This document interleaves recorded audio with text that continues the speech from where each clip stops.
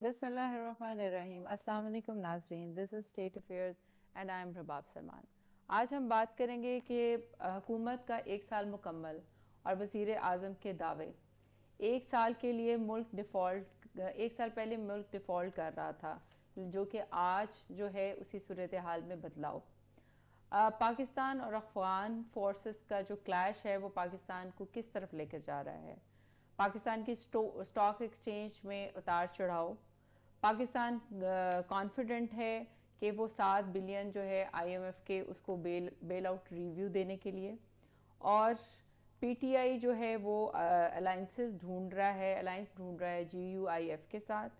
और हम बात करेंगे इन सारे मौज़ूआत पर। सबसे पहले वेलकम इकबाल साहब, कैसे हैं आप? ठीक हैं? मेहरबानी, आप ठीक ठाक हैं। हुकूमत ने जो है आज अपने वज़ीर आज़म साहब की धुएंधार जो है वो सुनी होगी डिबेट, उसमें वो एक साल मुकम्मल होने के और उसके ऊपर जो है वो सारे बता रहे हैं। उसके ऊपर आप क्या कहेंगे?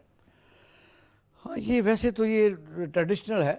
वज़ीर आज़म पाकिस्तान ने आज जो नई काबीना है और पुरानी काबीना है और अपने साथी हैं और पार्लियामेंट के मेन लोगों के सामने अपनी और कौम के सामने अपनी सालाना कारकर्दगी पेश की है। जी, उन्होंने ये कहा है कि एक साल पहले मुल्क डिफ़ॉल्ट कर रहा था। बिल्कुल। अच्छा, इस लफ्ज़ पर मैंने बड़ा गौर किया कि एक साल पहले कौन था पाकिस्तान में? हम्म, पीटीआई तो नहीं थी। हम्म, और 9 अप्रैल के बाद पीटीआई 2022 से थी हम्म, नहीं। आप कह सकते हैं 3 साल हो गए। पीडीएम के दौर में भी मियाँ शाबाशी साहब पाकिस्तान के वज़ीर आज़म थे। हम्म। तो लेकिन जो साल की जिक्र करते हैं तो मेरी समझ में नहीं लगी कि फिर उसके कि अपने बाद। आप को क्रिटिसाइज कर रहे हैं, नहीं, सही बात है। या तो अपने आप को क्रिटिसाइज कर रहे हैं और अपनी ही कारकर्दगी को जो हाँ, है। अगर साल की कारकर्दगी बता रहे हैं तो साल से पहले भी यही थे, 2 साल पहले भी यही थे, हम्म, वो तो 3 साल पहले थे। अब यह है कि वज़ीर आज़म साहब ने जो मेन चीज़ें बताई हैं और अपनी अचीवमेंट भी बताई है, ज़ाहिर है उनको हक हासिल है। उन्होंने ये कहा कि मुल्क जो है वो डूब रहा था मुआशी तौर पर। जी, उसमें यह आता उन्होंने किया है कि महंगाई कम हो रही है।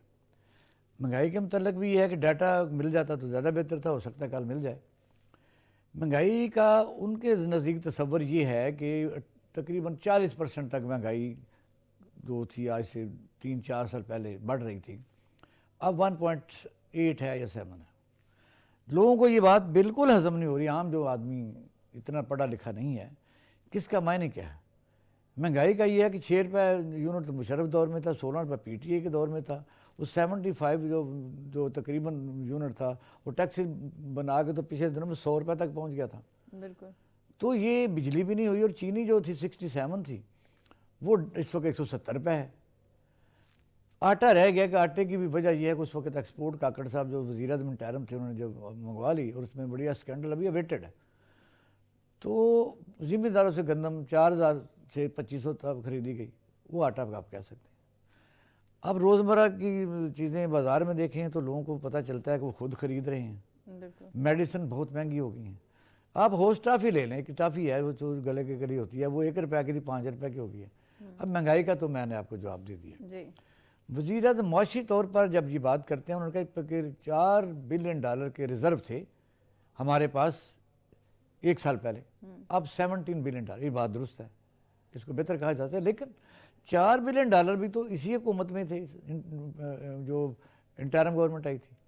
और उससे पहले जब 9 अप्रैल 2022 में तो पाकिस्तान के एसेट जो थे वो $18 बिलियन थे और जीडीपी 6 पॉइंट के नज़दीक पहुंचा था, 5.8 था।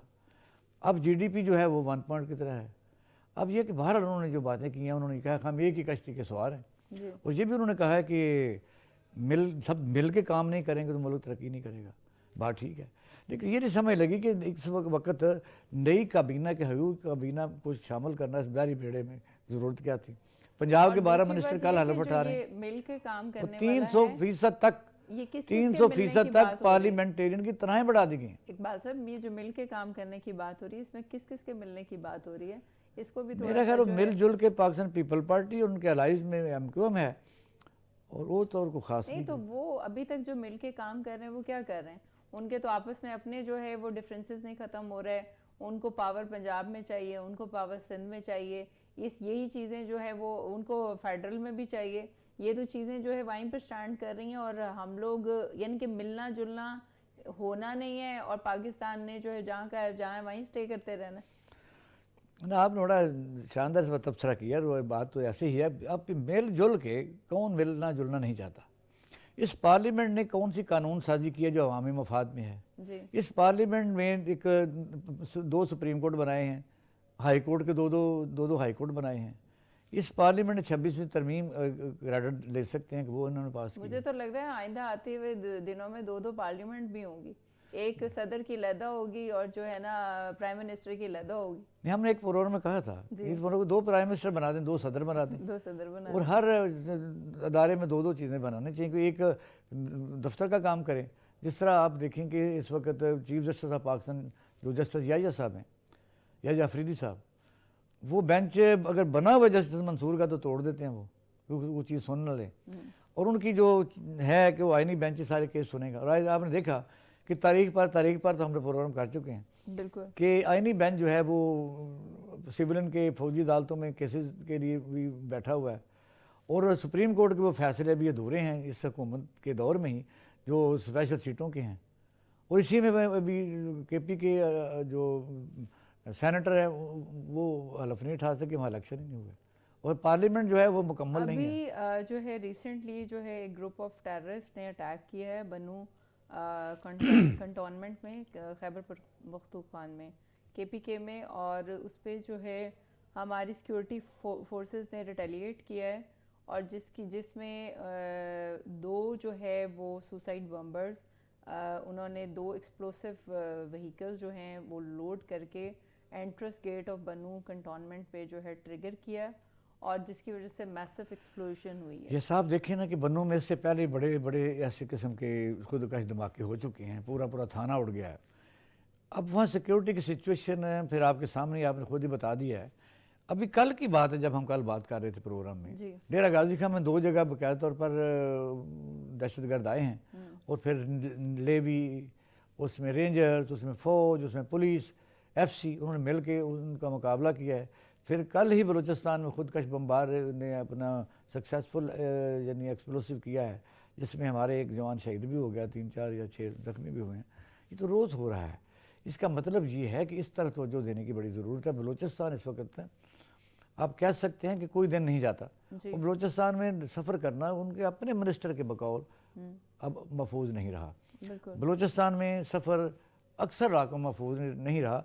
पाकिस्तान जो बलूचिस्तान की एडमिनिस्ट्रेशन है, मतलब IG हैं, चीफ सेक्रेटरी हैं, डिप्टी कमिश्नर अपने अपने दफ्तरों में हैं, वो किसी जगह मूव करने के लिए उनको बहुत ज़्यादा, आप बन्नू की अभी आपने मिसाल दी है, बन्नू अगर कंटोनमेंट के गेट के ऊपर हो गया तो फिर आप सोचें भी कहाँ तक बात चली गई है। और KPK में मौलाना फजल रहमान को हम कोट करते हैं, अपने तौर पर बात नहीं करते।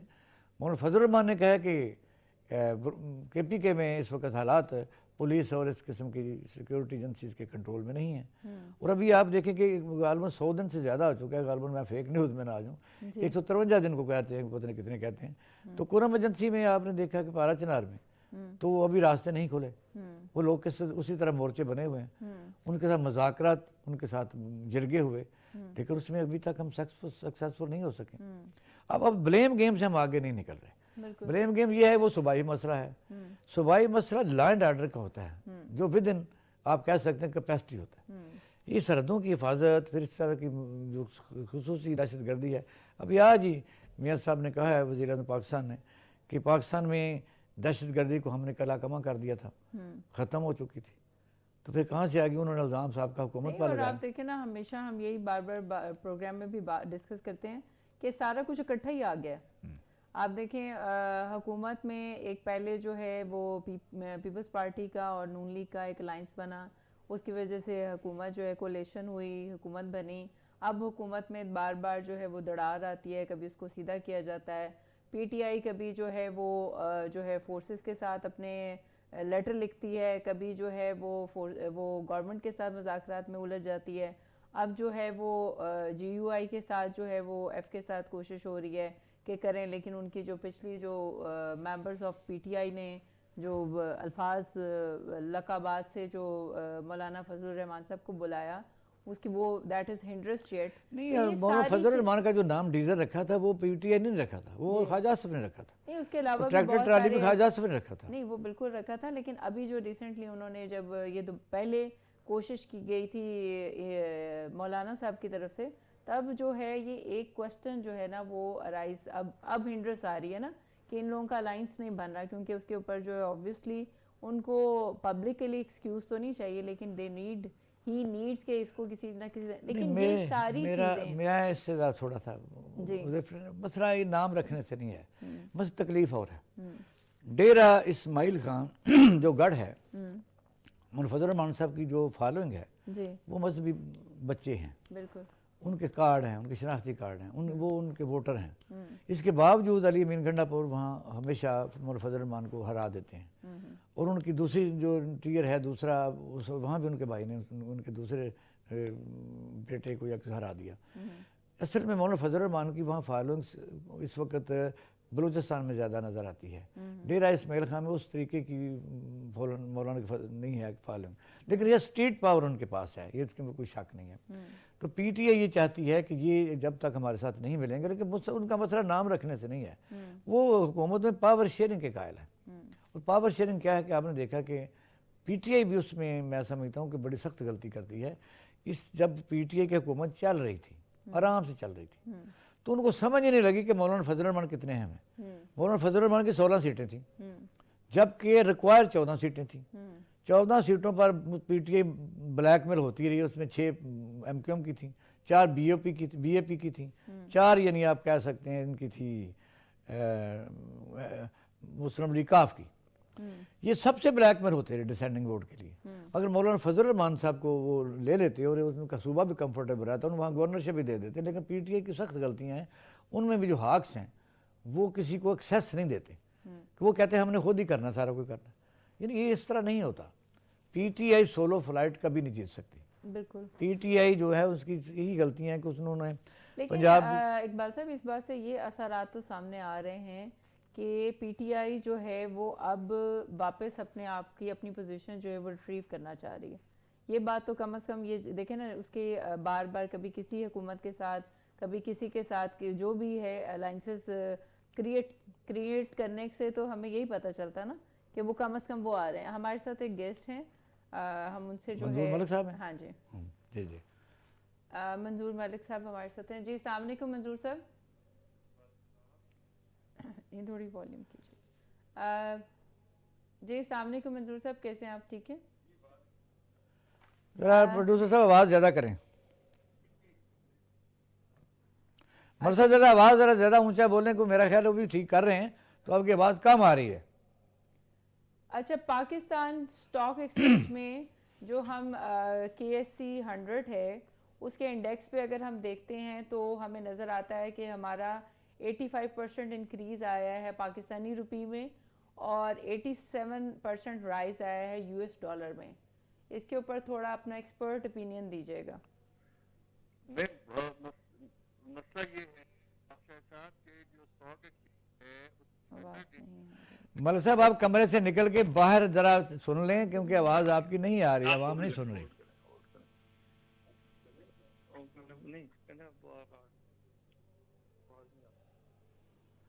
उसे कहें दोबारा मिलाएं। अब ठीक है? अब ठीक है, कमरे से बाहर निकले, वहाँ सिग्नल नहीं आ रहा। जी मैं निकल आया, बाहर हूँ, मैं बाहर आ गया। हाँ जी, अब आप कॉल दोबारा करवा दें। जी जी अब बेहतर है आपकी आवाज़, थोड़ा सा वॉल्यूम कर। जी मैं आवाज गूंज रही है, मेरा ख्याल है दोबारा। अब ठीक है, नहीं अब बिल्कुल ठीक है, अब आवाज़ ठीक है। Okay okay okay.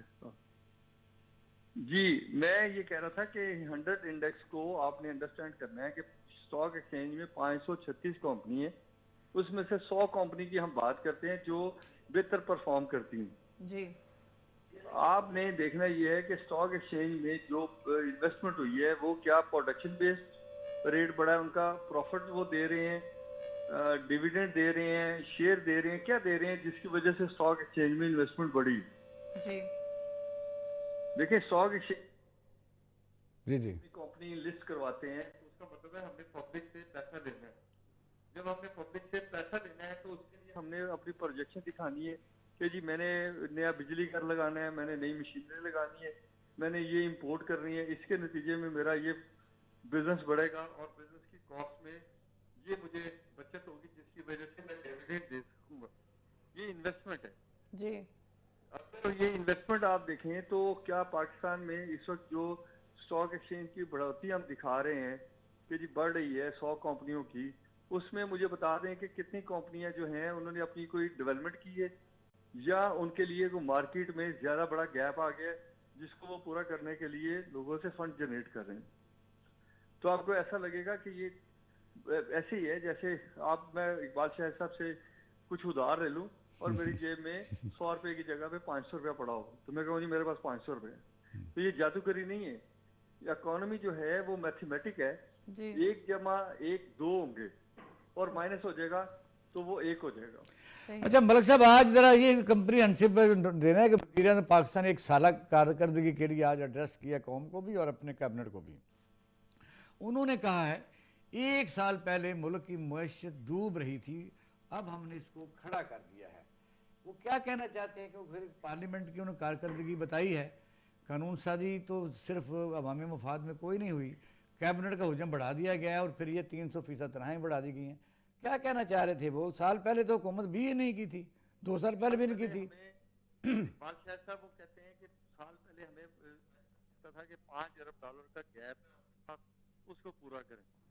तो उसके लिए मैं भी कई जगह पे गया और हमारे आर्मी चीफ भी गए और कर करा के हमने वो कर्ज जो है या वो इमदाद है जिसके बारे में कुछ नहीं कि वो इमदाद है, कर्ज है, उस पैसे को हम इस्तेमाल कर सकेंगे नहीं कर सकेंगे, उसके ऊपर मार्कअप देंगे नहीं देंगे, वो $5 अरब का उन्होंने बताया कि हमने गैप फिल कर दिया जिसकी वजह से IMF हमारे साथ कंफर्ट होकर चलेगा फ्यूचर में। तो ये अच्छा, फिर अगर आपकी कारकर्दगी इतनी अच्छी रही है तो आपने वजारतों में इजाफा क्यों किया? और आपने देखा कि पंजाब में भी आपने वजारतों में इजाफा कर दिए। जब आप चीज़ों में इजाफे कर रहे हैं और क्वालिटी, अच्छा कितनी इंडस्ट्री नहीं आई है मुझे बता दें कि पिछले 2 सालों में 3 सालों में पाकिस्तान में कितनी नई इंडस्ट्री आई है या इंडस्ट्री की इम्प्रूवमेंट्स आई हैं, कहाँ से दुनिया की मशीनरी ली गई है, कौन से हमने टेक्नोलॉजी के ऊपर काम किया है, कहाँ पे आपने लोगों को बैंकों से पैसा लेने दिया है। सारा पैसा तो गवर्नमेंट ले जाती है बैंकों का आज भी। तो आप देखें, जरूरत ये है कि गवर्नमेंट ये समझे। आप कहते हैं जी FBR के रिफॉर्म किए, सर उसको जरा टेबल पे तो लेके आए, रिफॉर्म क्या किए? आपने उसको डिजिटलाइजेशन की है कि जो डाटा है उसको कंप्यूटर पे चढ़ा दो। और भाई FBR के नहीं, अंदर वो ये तो आपने कह रहे हैं ना कि मार्केट फॉरेन नहीं कर रहा। रेमिटेंसीज आ रही हैं, हमारे एसेट बढ़ गए हैं, रिजर्व बढ़ गए हैं। तो ये साल पहले की बात कर रहे हैं, साल पहले क्यों उन्होंने इकबाल साल साहब पहले को कहा? ऐसे में जो वो आपको हाईलाइट करना चाह रहे हैं, वो कह रहे हैं कि साल पहले भी इन्हीं की हुकूमत थी, साल बाद भी इन्हीं की हुकूमत है, तो व्हाट इज द डिफरेंस? क्या वो अपने आप को ही क्रिटिसाइज कर रहे हैं या कि वो किसी और चीज को हाईलाइट करना चाह रहे हैं? मैं वो करना चाह रहे हैं कि वो बताना चाह रहे हैं कि IMF ने हमें ये कहा था कि $5 अरब का आपका गैप है, इसका कोई हिसाब नहीं है कि वो $5 अरब गया किधर था। जी। उन्होंने कहा जी कि हमने अपने दोस्तों से, आर्मी चीफ ने भी मांगा, मैंने भी मांगा और हमने वो गैप पूरा किया आप 1 साल बिल्कुल की सही मेहनत कह के रहे हैं। बाद। फाइनेंस मिनिस्टर साहब ने भी ये कहा है कि जी पाकिस्तान जो है वो वेल इन पोजीशन है कि फर्स्ट रिव्यू जो है वो अपना $7 बिलियन का डॉलर्स जी का वो बेल आउट प्रोग्राम के बारे में वो देने के लिए तैयार है। ये भी उनका ही कहना है। इसका मतलब है कि वो कह रहे हैं कि जो जितनी IMF से वो पेनिट्रेशन हुई है मुल्क में पैसों की, उसकी वजह से हम बहाली की तरफ जो है वो चले गए हैं। साल पहले हमें पिछली हुकूमत जो डेफिसिट में डाल के गई थी, आज हम सिर्फ इस IMF को की जो है वो शराइत मानने से और उनके जो है हमारे वर्ड्स में नीचे लगने से, तो अब हम जो है वो सरवाइव कर गए हैं and we are flying ahead. देखें, होता ये है कि IMF आपको ये नहीं कहता कि भाई आप कहीं से मांग के लाएं। वो उनका काम है कि डिफाइन करना कि आपने यहाँ गैप दिए हुए हैं, आपने IPPS के एग्रीमेंट किए थे, वो चले नहीं है और आपने लोगों को पैसा दिए, फिर आपने उनको फॉरेन एक्सचेंज में पैसा देना था।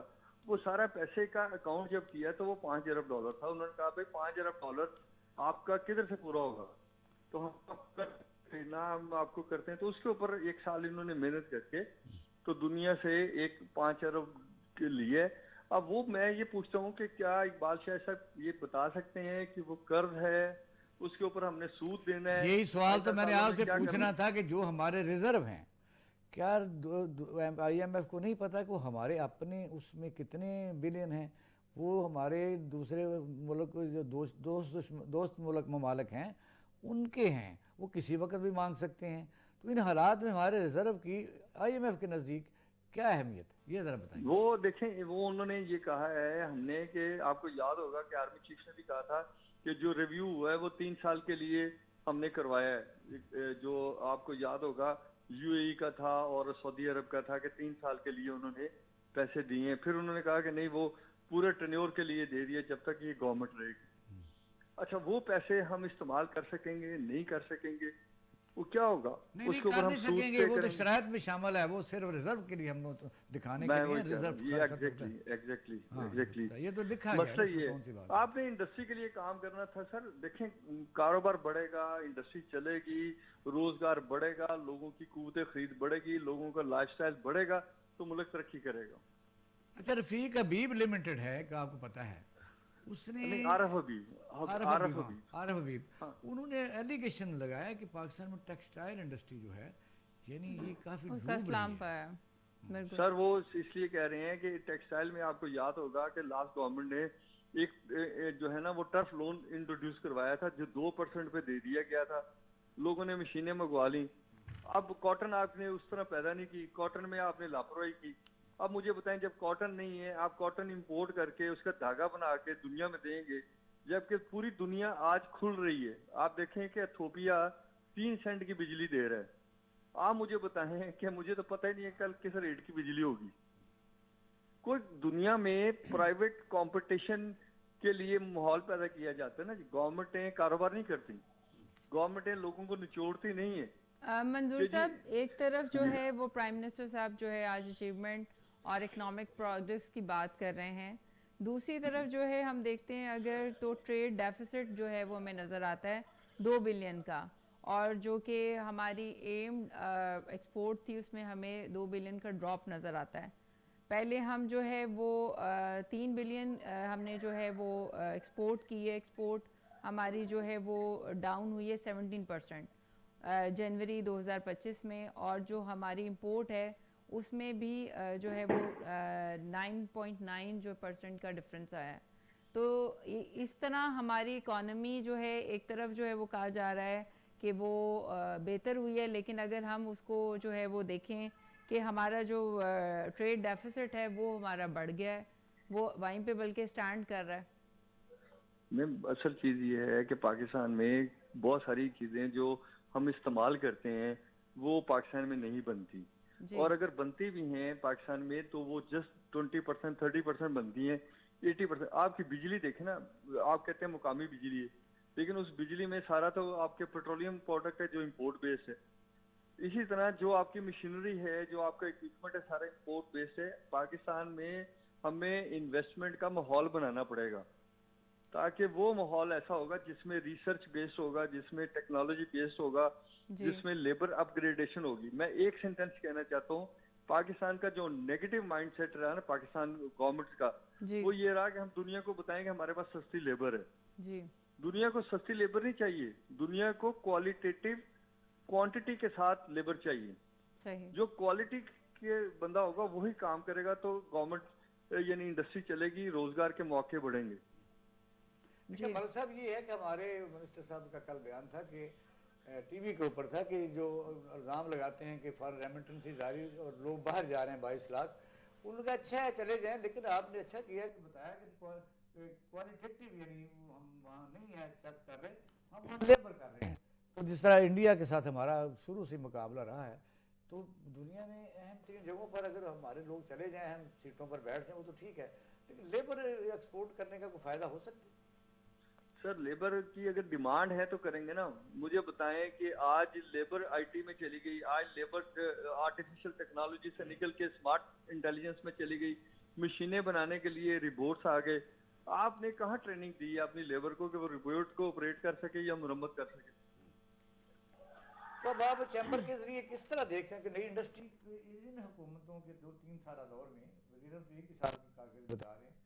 मैं तो अप्रैल 2022 से शुरू करूँगा। कोई नई इंडस्ट्री पाकिस्तान में कितने परसेंट लगी है? शायद साहब पाकिस्तान में बड़ी इंडस्ट्री कोई भी नहीं आ सकी। छोटी छोटी इंडस्ट्री जो ज़ाहिर है इंसानों ने सर्वाइवल के लिए स्क्रैप से लेके पुरानी मशीनें लेके उनको चलाया, वो तो चल गई। देखें पाकिस्तान के में $80 बिलियन की दुनिया में क्रॉकरी जिसे हम कहते हैं ना कैटलरी की मार्केट है। हम उसकी सर्टिफिकेशन करें, ऐसा नहीं है कि दुनिया में पाकिस्तान पैसा नहीं कमा सकता, पाकिस्तानी इतने कमजोर है। नहीं, सिर्फ इकबाल मसला साहब ये का है कि आपसे गवर्नमेंट की क्वेश्चन जो है ना, पॉलिसी का मुझे नहीं पता कि कल क्या होगी। मंजूर साहब ये हम जो सिर्फ हाईलाइट्स चाह रहे हैं कि हमने इंडस्ट्रीज जो है उसमें क्या रेवोल्यूशन लेकर आए हैं अभी तक, सिर्फ एग्जैक्टली उसका जो है अगर आप हमें प्रिसाइजली आंसर दें। रेवोल्यूशन ये आया कि पाकिस्तान में मोस्टली इंडस्ट्री जो है वो इस वक्त कोई भी 60% से ज्यादा नहीं चल रही। सही, ये रेवोल्यूशन है, 100% की बजाय 60% पे चल रही है। बहुत शुक्रिया मंजूर साहब, आपकी इसी बात के थैंक साथ यू, हम थैंक यू। एक ब्रेक लेते हैं और फिर ब्रेक के बाद वापस आते हैं। Stay tuned with us.